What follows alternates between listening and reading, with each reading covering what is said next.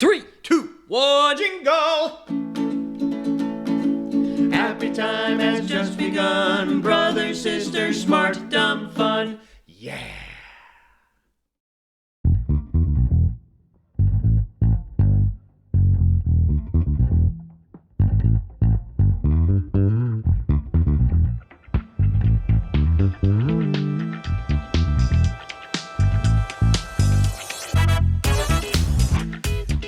Hi! We are live on a Sunday. Look at me drinking afternoon coffee on a Sunday. On a Sunday. It's snowing here, not as hard as it was a few minutes ago, but it's still snowing. Yep. And yeah, I know, it's gross. I know it snowed last night. We woke up to about a half inch of snow on the ground here, and now it's warm. It's like 40 degrees, so everything's kind of melty. It's kind of rainy. I'm watching the squirrels gorge themselves on bird food right now. I watched 2 squirrels get on our platform feeder, and that line just went. Seriously, man, I've got the fattest squirrels in all of America right now. They're so happy. I know. You have to learn how to bake a squirrel. Ooh. You know what? Who would help me with that is Dad, because Dad, he used to shoot squirrels when he was a kid and eat them, because that's what you do when you're farm people. You shoot whatever and then you eat it. Deer, squirrels, turtles, whatever. Turtle soup, yum. I don't know. I'm just thinking of all Dad's stories, Yeah, no, you're right. That's right. That's whenever I see a turtle, I'm always like, turtle. That's funny. Doug's like, no, you don't. I'm like, I know, honey, I was being sarcastic. But you know what? You got to give it up, though, because waste not, want not. I mean, there was literally everything was in play. And if it's got 4 legs and crawls and walks, man, we're eating it. Exactly. Eat it before it gets away. Eat it before it gets away. And, honestly, there should probably be more of that in America as it is. We've become such a processed, convenience food nation that, the art of hunting. So I don't know. I talked to one of the counselors at school, Travis Garrening, said he would teach me how to hunt. And I'm like, I'm into that because I'm tired of being an F6, and I'm tired of it. You're not an F6, Jenny. You're more like a B2. B4, B2. So anyway, for those of you that don't know what we're referring to, A1s and F6s, it's a designation from the book World War Z. After the zombie apocalypse, everybody sort of gets ranked based on their ability to do stuff because they're so desperate for people that can know how to do things like build things or plumbers or people that can hunt and process their own food, that you're ranked based on your ability. So if you're a plumber or a builder or a hunter, you're like an A1. And if you're like a sports agent, you're an F6, which means you can basically do nothing and you need to be taught how to clean a toilet. Exactly. Lawyers, doctors are A1s. Yes. And you would be an A1 because of your ability to grow food and sew things. You would absolutely be an A1. I think I'm at least a B2. And then with my anatomy background for massage therapy, I think I could be trained to be some sort of medical technician fairly easily. But I think I'm at least a B2. Totally. Yeah. But yeah. I'm a lower B because I can cook and I could definitely work in the kitchens and feed people, once that food is processed. I can do that. So. But hey, speaking of animals, let's talk about this great place. So now that we've sat here for the last 10 minutes talking about eating animals, we're going to talk about a really great place to go look at animals. And don't eat you if you're not careful. So that's very true. So our main focus today is I gotta take our background out.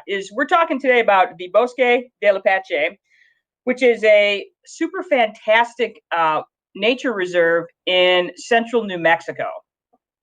When did we stumble across this place, Anne? I read about it for a couple of years in the 90s when, magazines were still a thing. I subscribed to New Mexico magazine because I'm completely obsessed with New Mexico and would live there if my husband didn't live here in Michigan. And so I subscribed to the magazine for a couple of years, and they had a small article about the Bosque. And I'm like, Jenny, we should go to there. And so that's how we ended up there. We just, we went, drove through one summer Yeah, and we're just like, that's it. So that's how I just read about it in one of those things that used to have called a magazine. The magazines. Yeah, because we were on one of our summer road trips in the early 90s, and we stopped there in the summer, and it was pretty spectacular in the summer. It was a real Yeah. hot, dry day.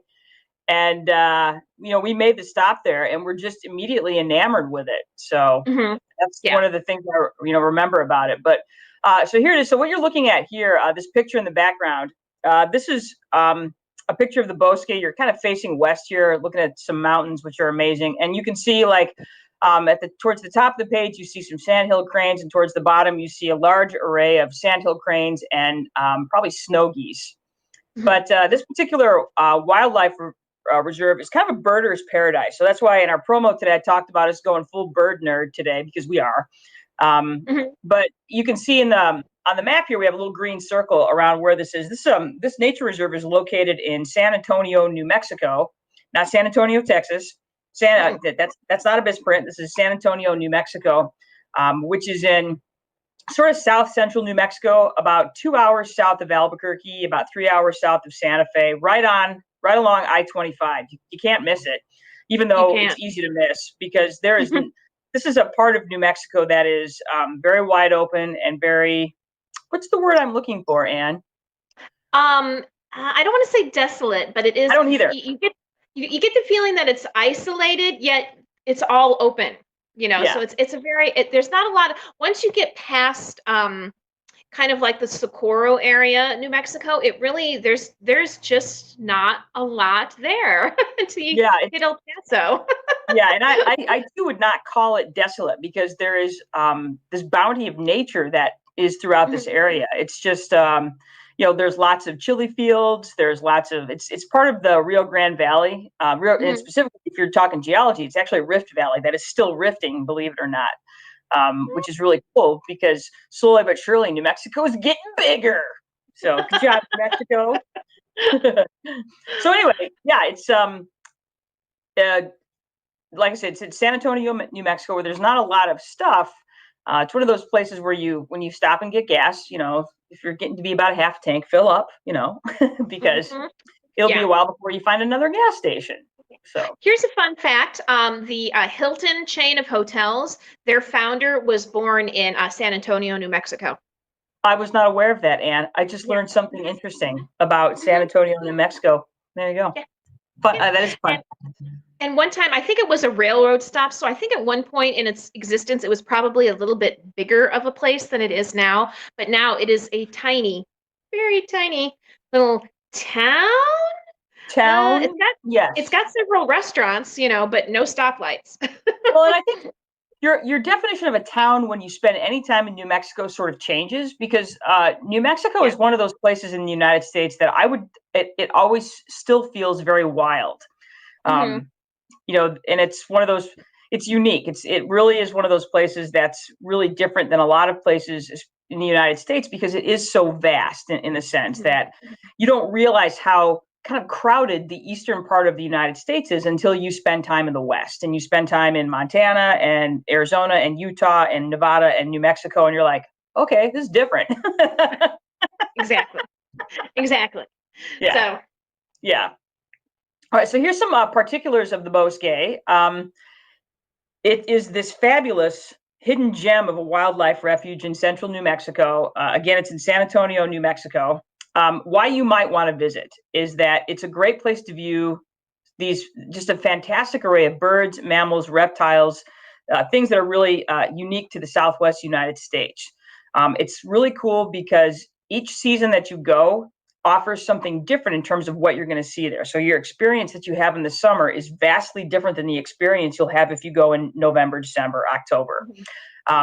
The fall migratory season, especially right now, this is the prime event to spend time at the Bosque. Is November. It's a wonder for the senses. And I actually added a little video to the end of this presentation so that you can kind of hear what it's like there. That's the thing that's most striking, is the sound that you hear season versus season. And the sound, the word you would describe to describe the season right now is a cacophony of noises that comes from this place in November. It's amazing. It's a great way to experience the solitude and the spirituality of New Mexico. If you've never spent any time in New Mexico, it's just different there. It feels different. There's something about that state that is so strangely haunted and amazing. And I think it's because it goes all the way back to this native spirit that exists in the state of New Mexico. You can also say that about, I would say, Arizona as well.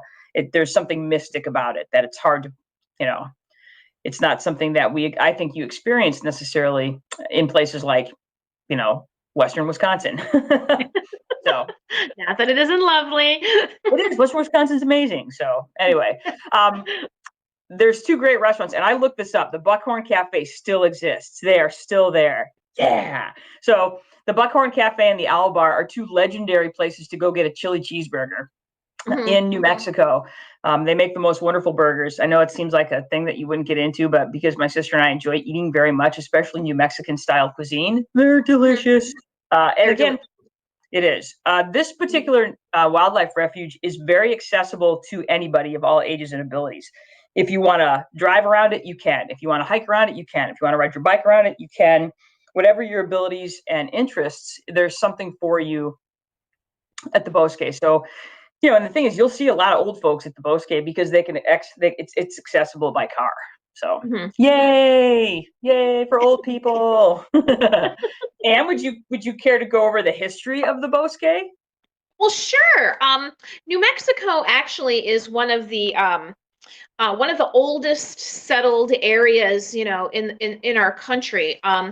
This specific area was settled for as of 700 years ago, was settled by the Pico Indians, which is a Pueblo group of Indians. And New Mexico is known for its different pueblos or Pueblo groups of Indians. They were there until the Spanish came in the very early 1600s.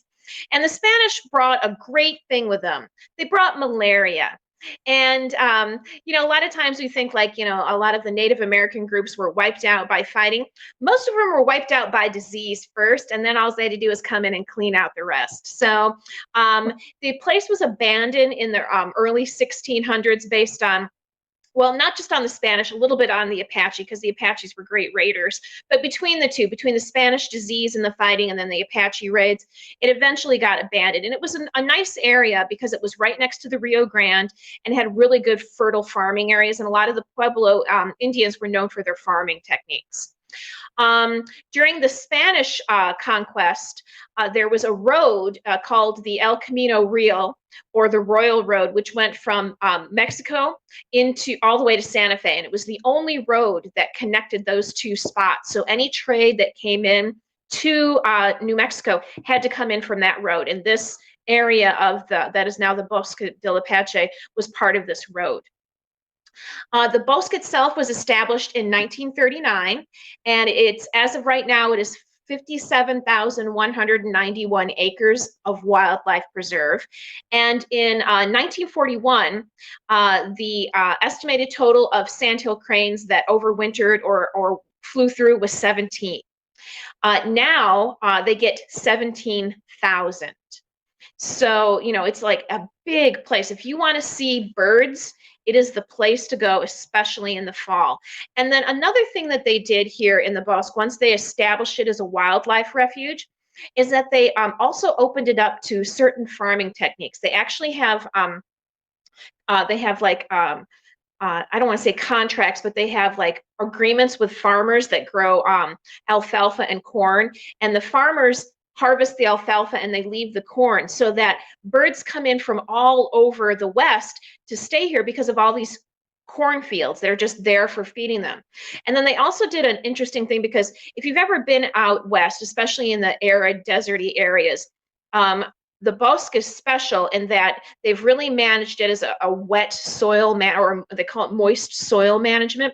So they get all these wetland areas, which is really, really unusual. And it's not like, it can't be done, but you just really have to manage it well.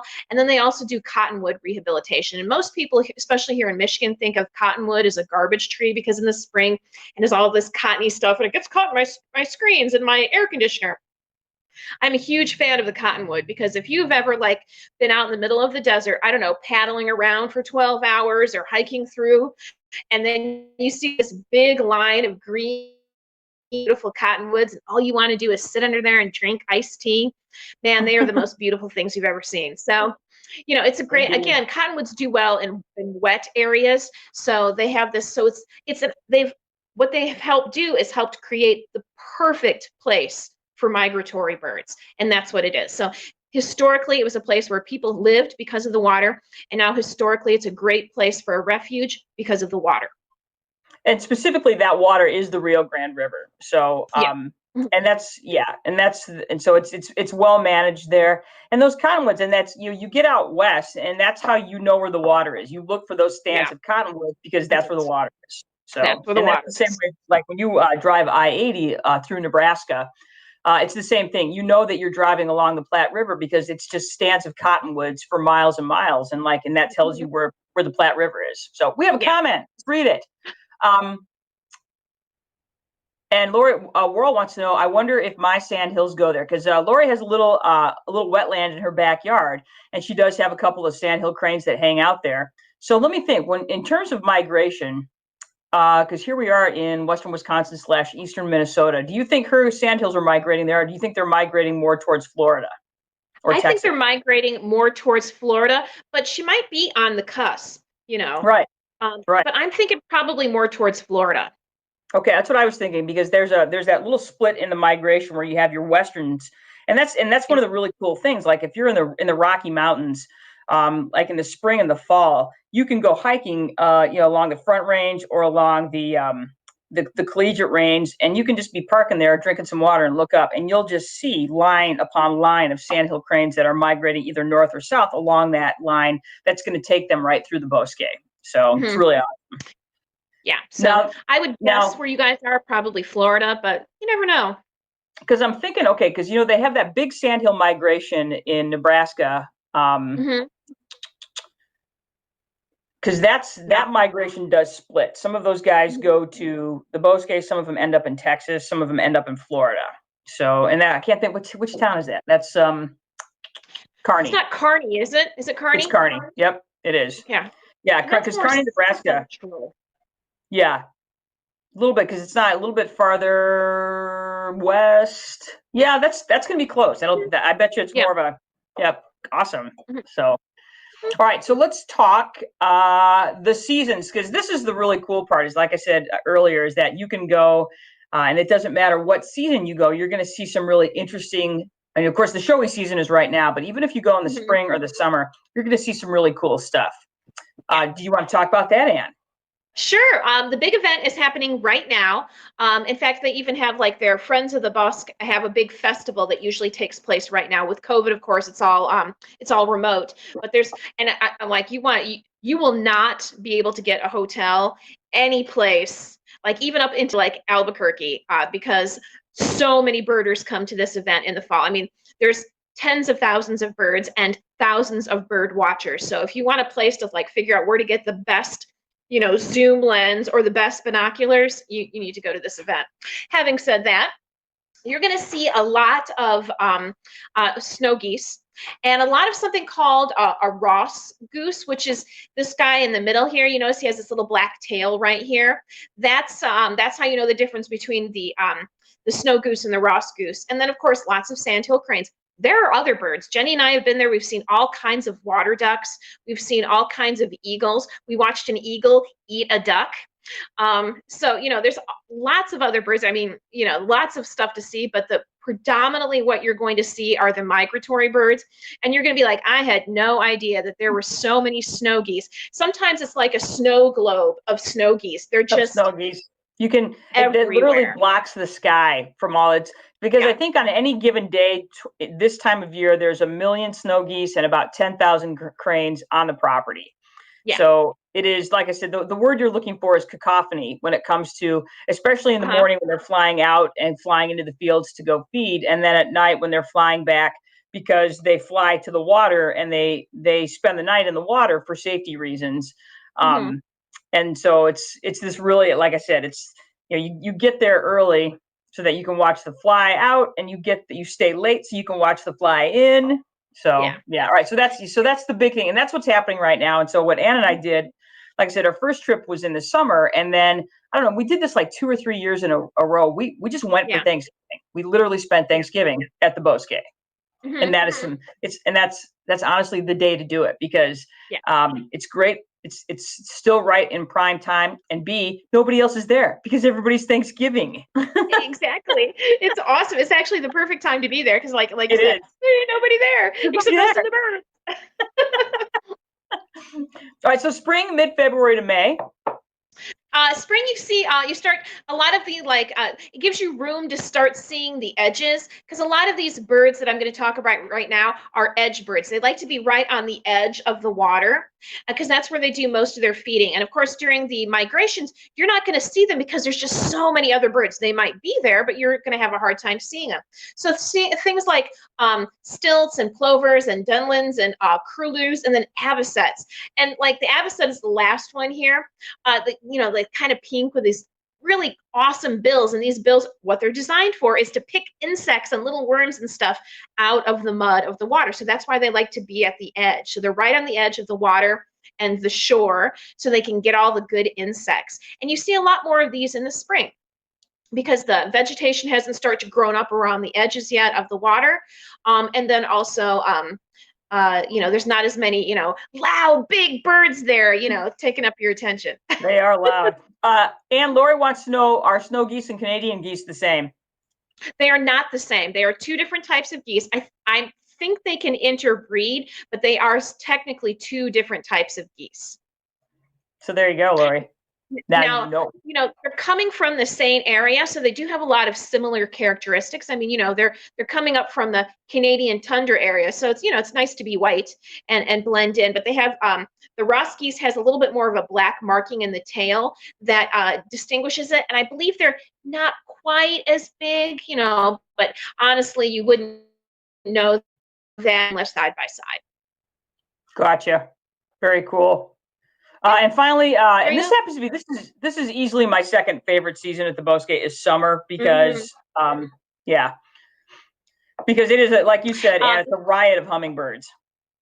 It is a riot. In fact, at the visitor center, I'm not exaggerating, they'll put up 20 hummingbird feeders, and there will be hundreds of hummingbirds. Because usually when you see hummingbirds together, they're like, diving at each other, and this is my hummingbird feeder, you can't feed. Well, that's all out the window. They're just all feeding, and I'm not exaggerating. You can stand right next to a feeder and put your finger out, and they will land on your finger.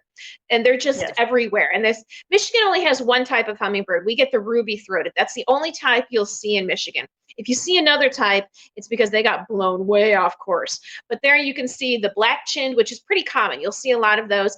And the rufous, you'll see a lot of those too. But then you can also get a chance to see the calliope and also the broadtail. So 4 different types of hummingbirds just buzzing around you all the time. And then that's a good time to see it's the desert. So, you get this like green strip in the middle of the desert, but then it's you have all these hummingbirds, and then you see a road runner running across the road, that sort of thing. Roadrunners, quail, grouse, I think we saw rattlesnakes one year we were there. We did. We've seen all kinds of great stuff. So the summer is a really good time to see a lot of beautiful birds that just want to be near the water. Like one time we saw a western grosbeak, which I had never seen before, which are blue. So just amazing. Yeah. Lots of smaller, birds that are just attracted to, to the water, and then hummingbirds galore. Bring mosquito repellent in the summer, because dang. Definitely. Dang. Because dang. There's this misconception that the West is not mosquito-y, but man, you get into some of these wetland areas, it's the same thing when we're, like you're in Crestone, Colorado, in the summertime, man, you get swarmed. We went one summer, it was you, me, and Joe and Duncan, and Sarah was with us. And you guys had jumped out because we found a turtle in the road, and you and Sarah had jumped out to go pick up this turtle and get a picture with it. And when you guys came back to the van, you were both covered with the mosquitoes. I've never seen anything like that. Just like sweeping the mosquitoes off of you. God. So yeah, in the summertime, bring some mosquito repellent. You're going to need it. Yeah, exactly. And some sunscreen, but definitely some mosquito repellent. Yes. And finally, the last thing, the fall season, and like you said here, Anne, this is mammal time. Yeah, and it's not like you won't see mammals all times of year, but the nice thing about the fall is it's getting cooler. A lot of them have already, they've had their babies. Their babies are starting to grow, and they're starting to like spread out. So you'll see things like you might get to see coyotes, especially if you go in the morning. Definitely mule deer. You'll definitely see mule deer. Jenny and I were lucky enough one time to see an elk. You can also see javelina. That is kind of a very early evening sort of animal that you might get lucky enough to see. They're pretty shy. You probably won't see mountain lions, but they might see They you. might see So, you. Well, you and for those know, of you that don't know, a javelina is a cute little like pig. I wouldn't say cute. They can be very aggressive, but these are mhm. javelinas. Pig. It's a wild pig. Yeah, it's a wild pig, and they're pretty shy. They're not looking to. I would suggest, and especially if you're going to hike it, remember that this isn't you're in a more remote area, and it is important to not go necessarily go by yourself. A lot of people are like, oh, I'll just go by myself. It's just so what can happen. Always go in pairs. Like I said, Well, rattlesnakes, if for nothing else, there are a lot of, it's a desert, so there could be a rattlesnake. If you hurt yourself, you want somebody there to go get help for you, because there's no guarantee your cell phone's going to work, and it's a long way between you and the hospital. So yes, because the closest town is Socorro. I mean, of any size, and that's still 20 mhm, miles away. So, yeah, so yeah. yes, it's a national wildlife refuge. Yes, it's right off of what is it, 25. So 25. Yep. you might get the impression that you're not in the middle of nowhere, and you kind of are. So just remember that Yeah. there's other things that live there that are better adapted to the environment than you. Correct. So take Uh, a buddy. that's right. That's good, Jeannie. That's in fact true. Never by yourself. Okay, good. Never by yourself. So Yeah, just especially if you haven't been there before, and pack a so there. sandwich.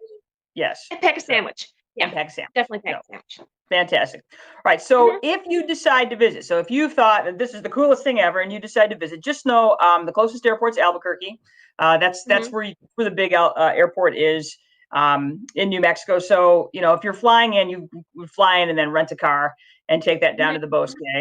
If you're driving in, because usually when Anne would come in, because this is when I was still living in Denver, you would fly into Denver and then we would drive down from Denver. And it's about from Denver, it's about a 8 hour drive from Denver 8 hours. to Yeah. Socorro, give or take. And if you're going in the winter, like when Jenny and I would go in the really late fall in November, you do have to watch the weather, because you do have to go through a pass or two, a mountain pass or two, and so the weather can be really hinky. So Duncan and I often thought about flying into Albuquerque, but it's like $1,000 more to fly into Albuquerque than it was to Denver.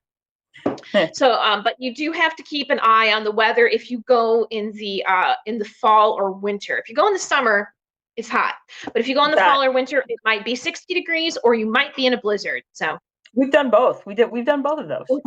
yeah, So going through the Baton Pass when there's a blizzard is not as fun as it sounds. less fun than you want. Mhm, So they do have a visitor center there. They have actually a very nice visitor center.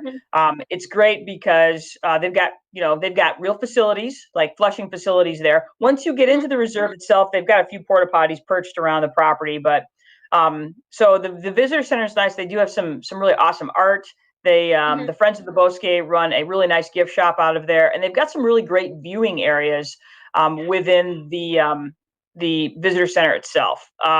If you're going to go, try to spend the whole day there if you can. That's why it's kind of mhm, fun to go over a series of days, stay in Socorro, and then just make trips into the Bosque. Like I said, pack a sandwich and do your mhm, hiking, because you'll have very different experiences throughout the day, which you'll see in the morning versus what you'll see in the afternoon, in the evening.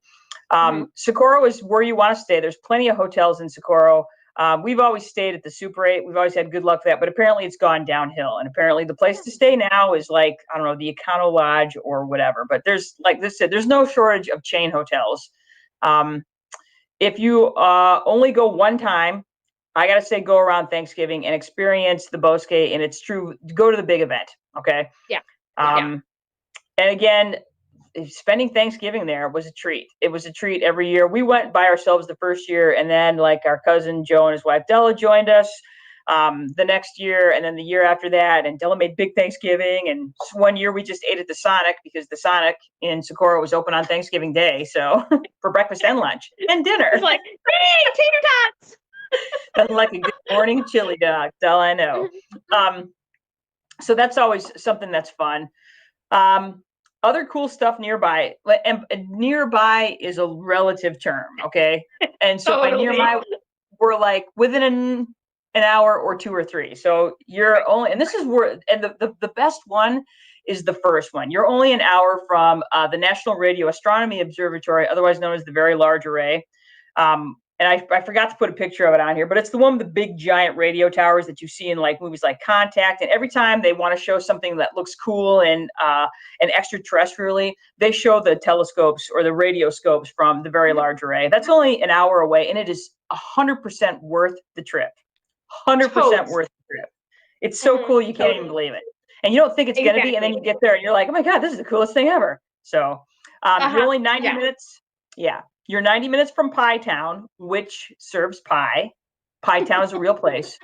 It's about 90 minutes away, and it sits almost right on the Arizona border. But yeah, Pie Town. You're 2 hours from Albuquerque.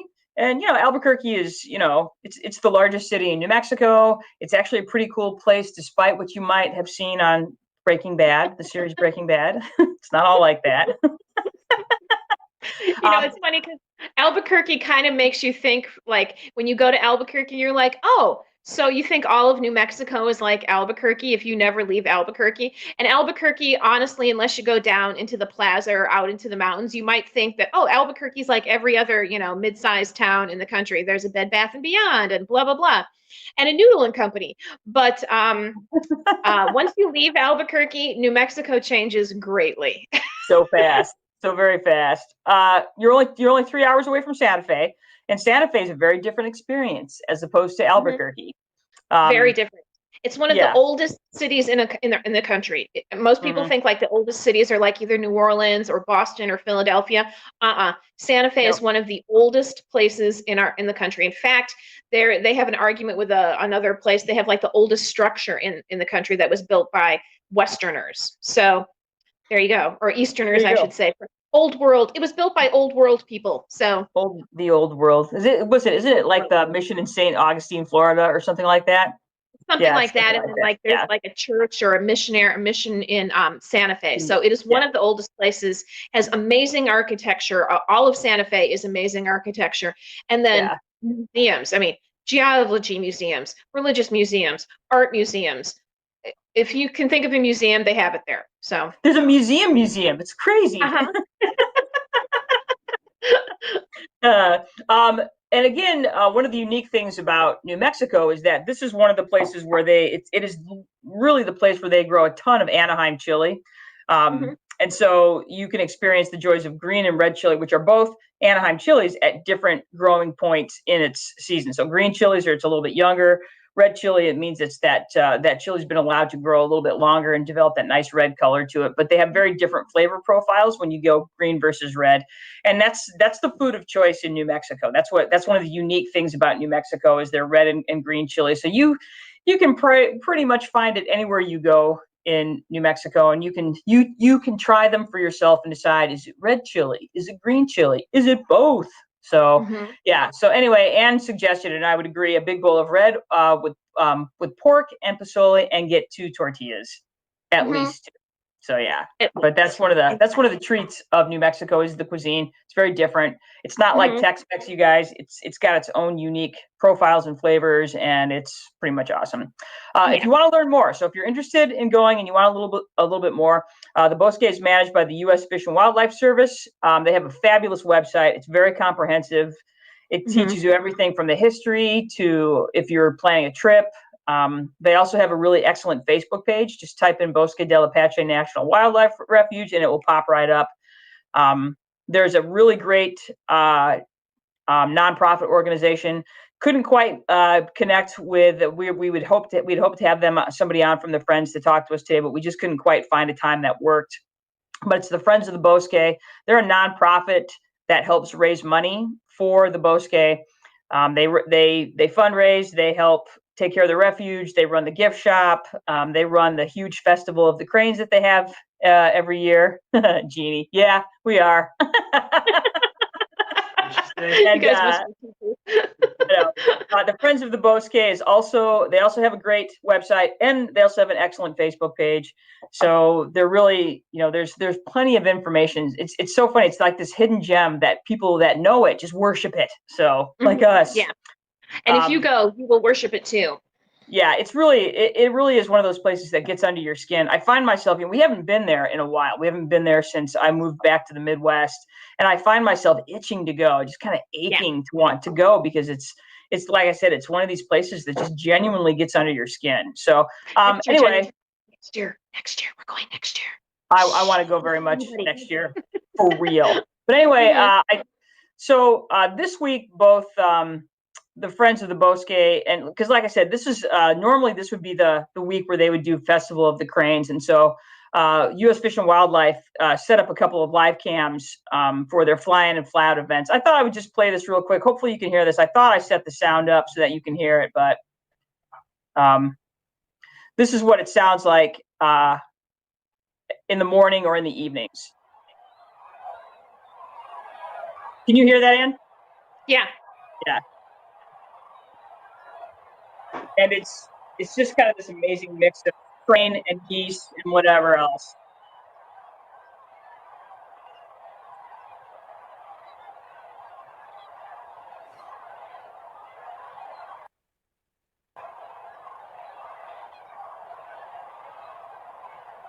This one happens to be at sunrise.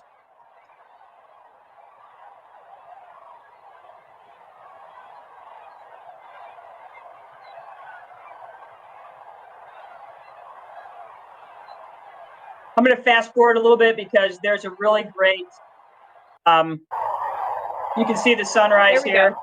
Yeah.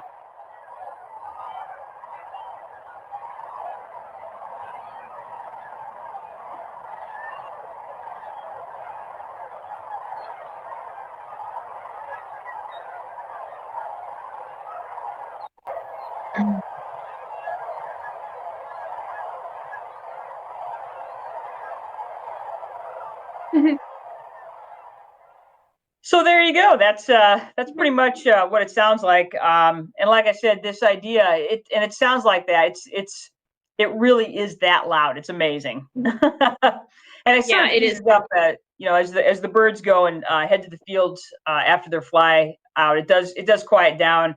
But there's always just that background of those sandhill cranes and geese and just everything else that hangs out in that park. So it's amazing. So yeah, it is so worth it. If you've never been to New Mexico, it's a great way to introduce yourself to New Mexico. And if you've been to New Mexico before, it may be something you were completely unfamiliar with and didn't even know was there. Yep. So it's worth the time. It's worth the effort to get there. And again, it's one of those little hidden gems that, and the thing about New Mexico is New Mexico really has a ton of these places that are just really kind of out of the way, but really worth your time. You can literally spend an entire 2-week vacation just kind of uncovering some of the layers that New Mexico has to offer. So highly recommend it. And we should go next year because, like I said, I've been itching to go. So me too. Anthony and I were talking about it, and I'm like, where do you want to go when we can go places again? And I was like, I want to go to the Bosque. I'm like, I really want to go there. We haven't been in a long time, and I want to go. Yeah, me too. It's time. So yeah, I want to go to there. Me too. Right on.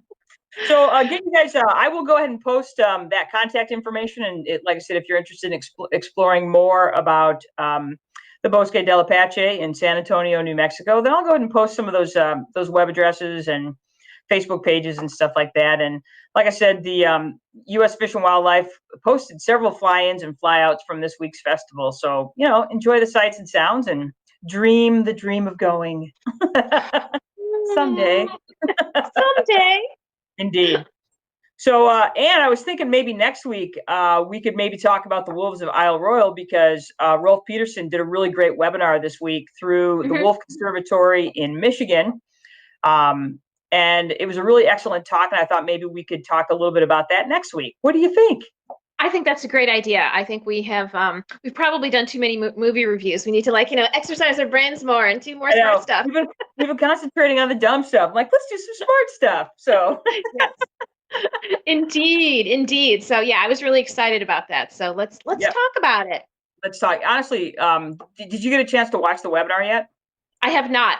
That's my this week I took some time off from work because a few early last month I thought maybe I'd go someplace, and then look at you. I know. It's like, who knows? Maybe we'll get to go social distance. I was wrong.